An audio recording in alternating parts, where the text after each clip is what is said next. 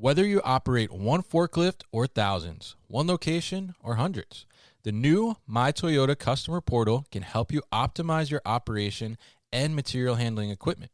This one-stop, free-to-use platform is designed to help you take control of your information and make smarter decisions, all at the touch of a button. Register and access your data today at my.toyotaforklift.com. That's my.toyotaforklift.com.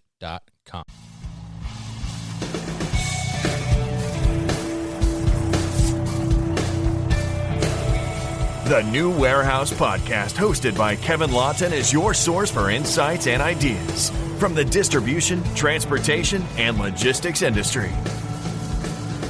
A new episode every Monday morning brings you the latest from industry experts and thought leaders. And now, here's Kevin.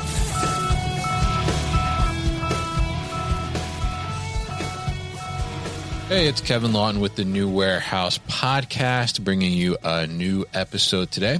And on today's episode, I am going to be joined by Jerry Abiog. He is the CEO at Standard Insights, and Standard Insights has been doing AI for quite some time, before it was that trendy as it is now. So we're going to dive a little bit into that, what Standard Insights does. We're going to talk about AI in the warehouse space and how it's grown and where it's going as well. We'll talk a little bit about their solutions and how they address some issues that are in the 3PL warehousing business industry. So Jerry, welcome to the show. How are you? Hey, good. Hey, Kevin. Thanks for having me on. Yes, happy to get you on. Definitely happy to get you on here and talk about this. Now, tell us a little bit, I guess, give us a brief overview of kind of Standard Insights and how you came, since you're the founder of Standard Insights, tell us kind of how you came to found the company as well. Yeah, so you have to go back. If you're on here, check out my LinkedIn profile. So my last, I guess, real job, if you will, was in the late 2010s. And after I left that job, I went on my own to help my own business, to help software companies with sales and marketing initiatives.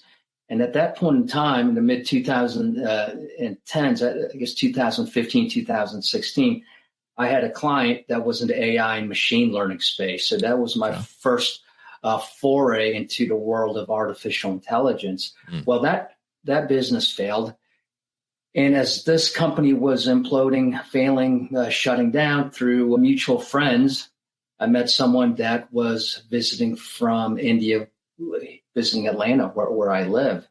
And we were chatting, having some beers. And he told me about this prototype of an AI-driven marketing platform that he had built that would help businesses drive repeat buyers. And this was in 2018, 2019 timeframe. So learning what I learned before from the other company that failed, I'm like, okay, this may have some legs to it. So I flew from Atlanta to the outdoor retail show out in Denver, Colorado. Okay. And came back with 2 beta clients. So we started off with 4 co-founders, or 4 guys that had founded it, and 2 of the guys that helped co-found it have backgrounds in computer science and statistics. So really heavy, math and science base, as we all know, that AI is built on.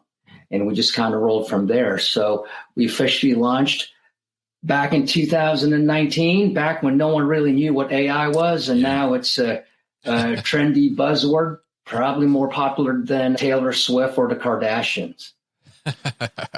Maybe, and some people may be saying that Taylor Swift is created by AI. I see out there too. Yeah, exactly. The greatest thing. So yeah, I mean, I think it's very interesting, that you mentioned there, you started with this AI back in 2018, 2019. And like you said, I mean, really over the last year, 2023, is really where we've seen this explosion around AI and not just, from an industry perspective, just in general, right? And in personal lives, Chat GPT certainly, I think, kind of blew the lid off of AI, I would say, in a sense, bringing it into people's everyday lives and making it a huge topic of discussion. So, I mean, you've been dealing with AI now for a few years, kind of before this trend, right? So, I mean, how do you see AI has kind of developed in those last 5 or 6 years now that you've been working with it? Yeah, I think it was a slow moving process. And truthfully, AI has been in our daily lives for the last 10 years or so, with Amazon and product recommendations and Netflix with movie recommendations. But not that many people realized until ChatGPT came on the scene in 2023. Now it's all over the place. Yeah. People on their LinkedIn profile are mentioned to do AI, and which is great, right? It's great that AI is taking, I guess, the center stage, if you will. Right. And more so now than it was a few years back, because we're dealing with inflation, labor shortages, lack of VC funding. So, just a few short years ago, as a companies didn't really have to worry about that. Money was so cheap. Many businesses were focused on growth instead of profitability. Now that has changed. So it really has opened up to whatever AI tools are out there, helping, businesses become that more efficient and that more profitable.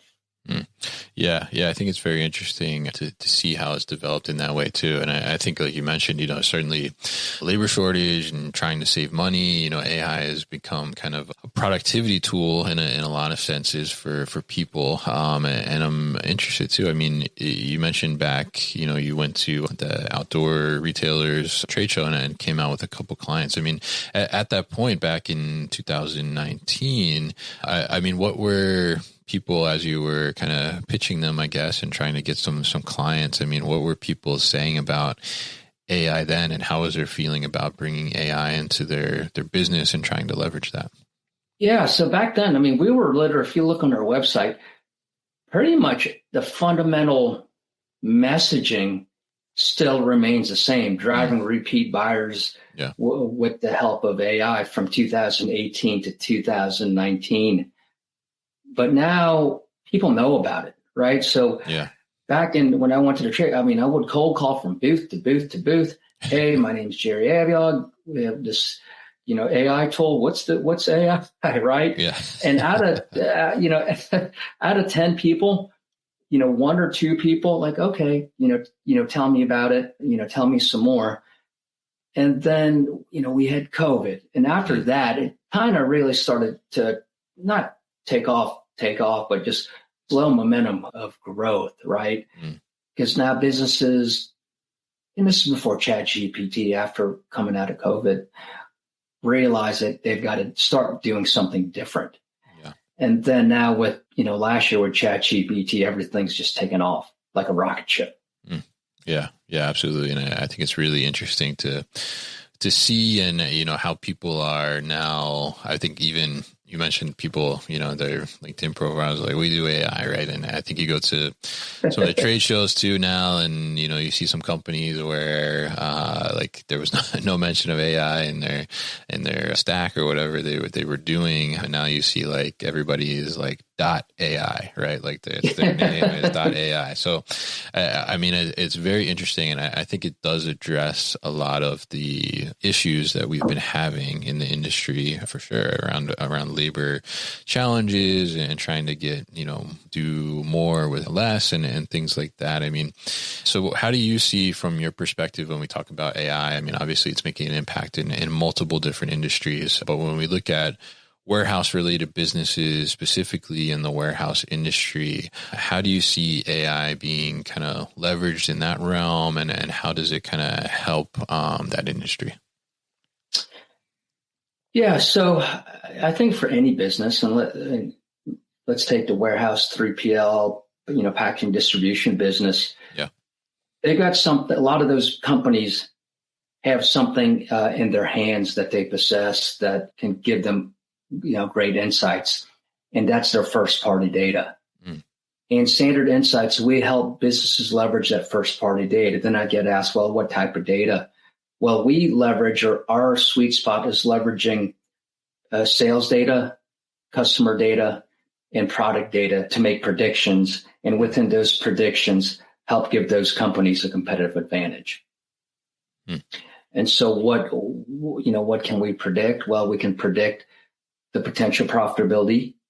So if you're a 3PL and you've got 10 clients, just say, for example's sake, on 10 e-commerce shops, you've got 10 e-commerce shops as clients, and each of their shops maybe has 50,000 purchase orders, 500 customers, 5,000 customers, 500 products. You multiply that by 10. That's a lot of data you've got to sift through. So if we can help those 3PLs or warehouses make predictions on the potential profitability of each of their customers. Number two, make predictions on a macro level what their customers are likely to purchase. So maybe using geographic, demographic, psychographic, or behavior characteristics, predict on an individual level what their clients are likely to purchase. And lastly, do inventory level predictions on the SKU level. So if you take all four predictions, all four components, and then when it's done right, it can eventually have a positive impact on a 3PL or warehouse's top and bottom line. Yeah, very interesting. And I love that you touched on kind of the enormous scale of data that can be out there when you look at scenarios like that. And especially with e-commerce, I mean, you look at like maybe a traditional B2B type of distribution versus an e-commerce shop, like you mentioned. I mean, you're going to see so many more transactions, and the scale of that data is just going to be extrapolated so much more. So, I mean, I'm curious to give some contrast, right? If you wanted to do these types of insights or try and harness this data in this way to make these understandings and decisions without AI, I mean, how would you even go about doing that? I mean, is it even really necessarily feasible in a sense to get to that level? We'll be back after a quick break. You hear a lot about supply chains these days because if the past couple years have taught us anything, it's that an efficient, well-managed supply chain is absolutely critical to keeping businesses successful and consumers happy. I'm Will Haywood, and I host a podcast called All Business, No Boundaries, where we talk about supply chains, how they work, what happens when they don't, and the innovations that are redefining what's possible in the world of logistics. Join me for insightful interviews with thought leaders and industry experts. We discuss how optimizing supply chains can break down the barriers that are holding businesses back. That's All Business, No Boundaries by DHL Supply Chain. Listen and subscribe wherever you get your podcasts.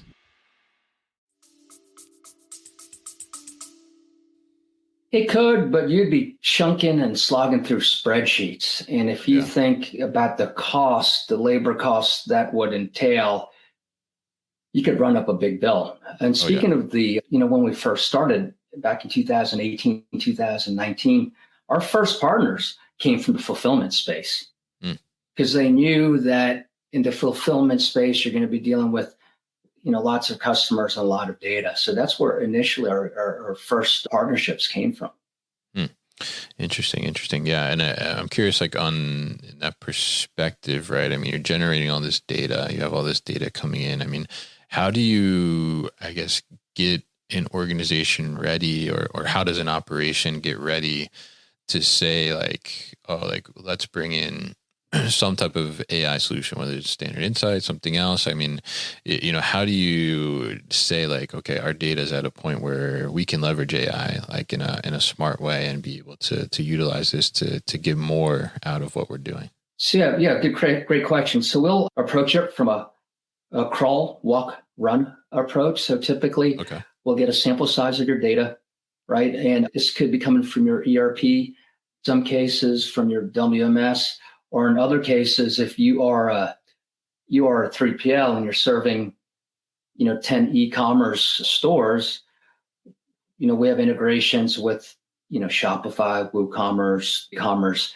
et cetera. So we'll get a small sample size of data, show to them, hey, this is the potential of growth that can happen, potential savings, and we take it from there before we go on with the full-born implementation.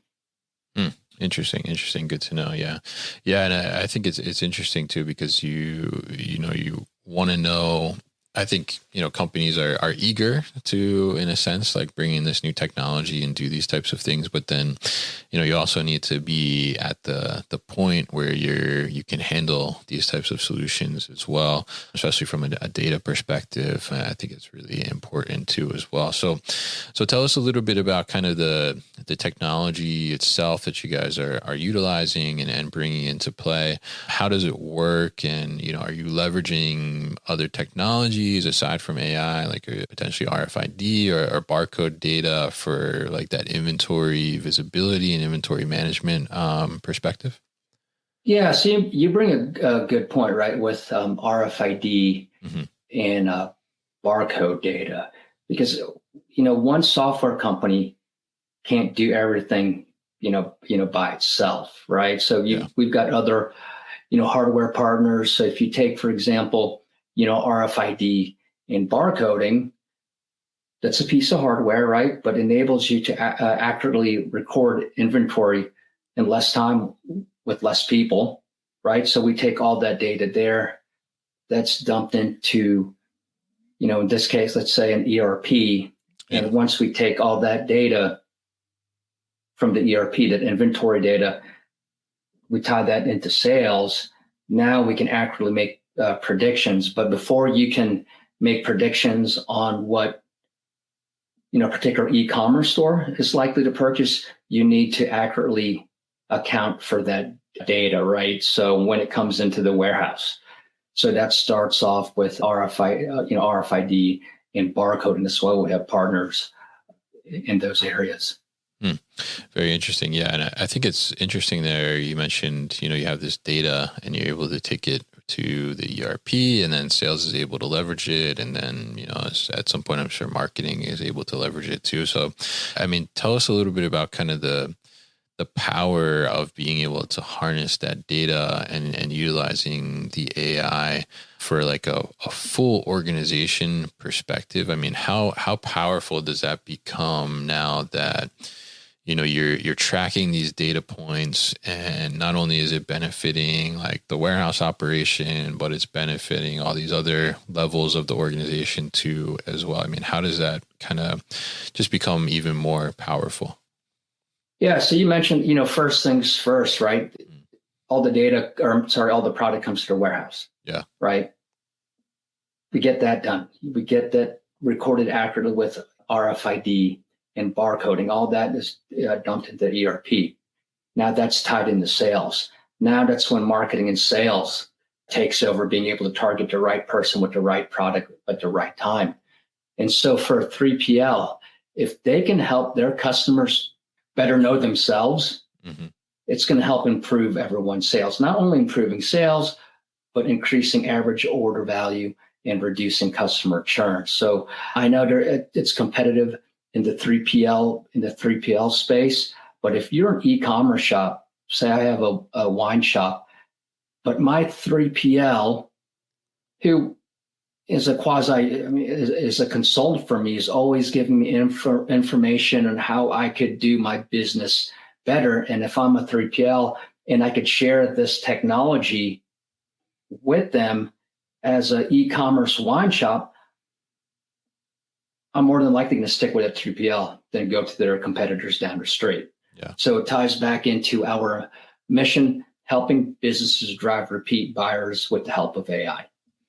Yeah, absolutely. And I think that's such a great point there too as well, because I think especially with e-commerce, like you mentioning the wine shop scenario, right? If the wine shop is a newer e-commerce store, and they started it because they love wine, right? It's not necessarily they started because they have a supply chain background, right? And they're, they love everything about planning and forecasting and all these things, right? It's because most likely they had a passion about wine, or they saw an opportunity in the market, or they come from some type of, wine background, right? In this example, or whatever their e-commerce shop is focused on. So, they don't necessarily know how to look at that type of information or those insights. So when you're a 3PL and you have, something that can allow you to provide that extra value add of service, I think it's such a huge thing to going, like you said, a long way as a long-term partner for that business, right? Because you're able to tell them what's going on, and you're able to know too from your own perspective for planning around their sales and their inventory too. Yeah. And chances are for the 3PL, you already have access to their sales data. So if you're at 3PL, you're serving 10 e-commerce stores.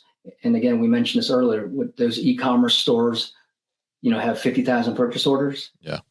5,000 customers and 500 products, multiply that by 10. I mean, even one, it's hard to chunk through a spreadsheet and figure out, the buying patterns. Now multiply that by 10, 15, 20, and what have you. That AI is just going to get smarter over time. So it's all right there within one single solution. Yeah. And I think that's so great to be able to have just that one solution, kind of that one stop shop to be able to do that and leverage all those inputs and to be able to take kind of those actions and make decisions based on that. And in 3PL case, give some guidance too to your clients, which I think goes a long way, and it solidifies that partnership even further. So it's very interesting to learn about Standard Insights and kind of AI in the warehousing space here, and how it's currently being played out and how it's developed, as you mentioned, over the last couple of years. If you've been dealing with it. So what do you think as we look into the future? I mean, what do you think the future of AI in the warehousing industry looks like? I think it's just going to get bigger. We're going to see increased adoption. Now, I don't think they're going to run out and start buying AI software. There's going to be some educational process to it. As humans, we're slow to adopt a change. Yeah. And maybe hesitant. My Excel spreadsheets, have been doing fine. Right. But I think there comes a point for a particular 3PL or for a warehouse when it becomes to be too painful. Right. Like, okay, I know I'm going to go through some changes here, learning about a new software, learning through a new process, but going through that, is it worth it to, get up to here?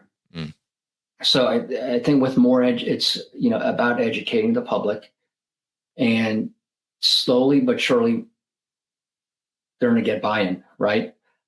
But look what happened to other companies that were, technology laggards, right? Blockbuster Video, Sears, Borders Books. I'm not saying that your 3PL will go that route, but it could be a possibility. But I would suggest for these warehouses, 3PLs, talk to these software companies, see what they could do to help address your business issues or any business pain that you may be having. Yeah, absolutely. And I think that's such a great point, because I think we are coming to somewhat of an inflection point for warehousing where, and driven by competition, like, we all know, Amazon is kind of leading the way, right, in a lot of technology standpoint, and, has pushed a lot of expectations from a consumer perspective onto, now other 3PL and fulfillment providers. But I think, with those kind of things and also the labor market in a sense as well, it is kind of at that point where it's, you have to start adopting some of these technologies, like you said, in order to, survive and, not become the blockbuster of warehousing, like you mentioned there. So yeah, I mean, I think really interesting insights here with you, Jerry, and definitely really appreciate you diving a little deeper into the AI side of things. I think a lot of people are very interested in that topic, and rightfully so, because I think it's changing the way we do a lot of things and making us more powerful in a sense from a data perspective, and allowing us to make even more better informed decisions too, I believe. So very interesting to talk to you and learn about Standard Insights and kind of get some of your knowledge here around AI. If people are interested in getting started with AI and are interested in learning more about Standard Insights, what's the best way to do that? Yeah, they can visit our website, Standard Insights, all spelled out, .io, and schedule a meeting with us there or chat with the chatbot, or they could find me on LinkedIn, Jerry, Jerry, Abiog, Abiog. I'm the only one there. Or they can shoot me an email, jerry@standardinsights.io, and would love to chat with them. All right, definitely. And we'll definitely put all that information at thenewwarehouse.com as well. So Jerry, thank you once again for joining me on the show today. You've been listening to the New Warehouse Podcast with Kevin Lawton. Subscribe and check us out online at thenewwarehouse.com.